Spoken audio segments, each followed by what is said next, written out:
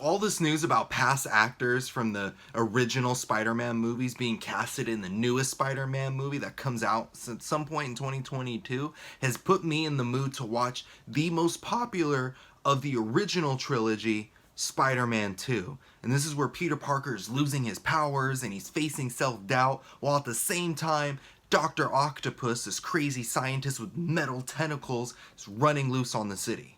One thing that I absolutely loved about this movie and the whole original trilogy in general is that the casting was brilliant, especially in this movie where the focus is more on the characters, so it gave time for our hero Tobey Maguire time to show off his skills, because to me he was the perfect Peter Parker. He had the dorky, loser, unlucky guy shtick down to a T. I especially love the scenes where Peter Parker is crying because Tobey Maguire always makes it look really disgusting and kind of ridiculous. But that's how people cry. Like in other movies, they cry all sexy like, I'm so sad. But in this movie, he's just like, I also liked how Maguire handled the conflict within Peter Parker, because he was a very confused man who's trying to figure out that superhero work-life balance, while at the same time everyone's trying to kill him. Like, Maguire really sells that confusion, anxiety, and depression extremely well, and just kudos to him for pulling it off, because Peter Parker is a complicated cat. But this aspect of the movie, while it was performed well, it wasn't fun to sit through.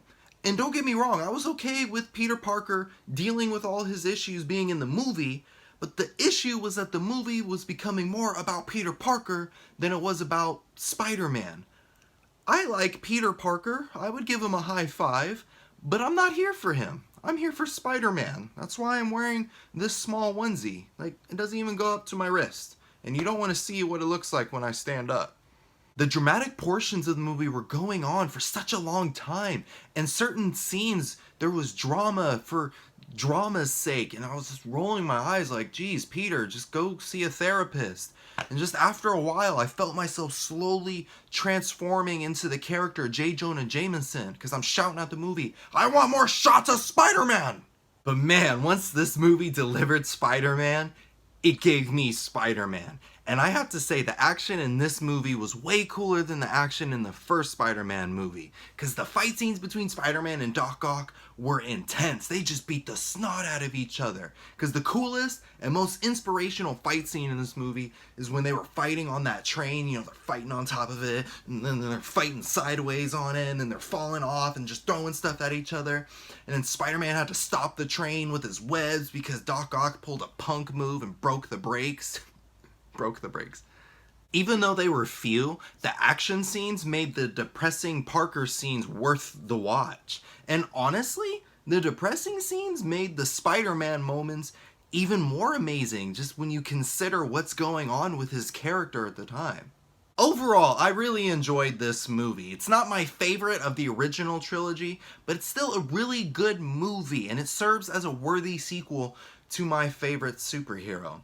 And I can't wait for Alfred Molina, who played as Doc Ock in this movie, to return as Doc Ock in the new Spider-Man film. And hopefully Tobey Maguire comes back too. We'll see. Spider-Man 2 is a fun ride that leaves you excited for more. Like a roller coaster. Thanks for watching. Click right here to watch more reviews. And to see new reviews, click right here to subscribe to my channel so you don't miss anything.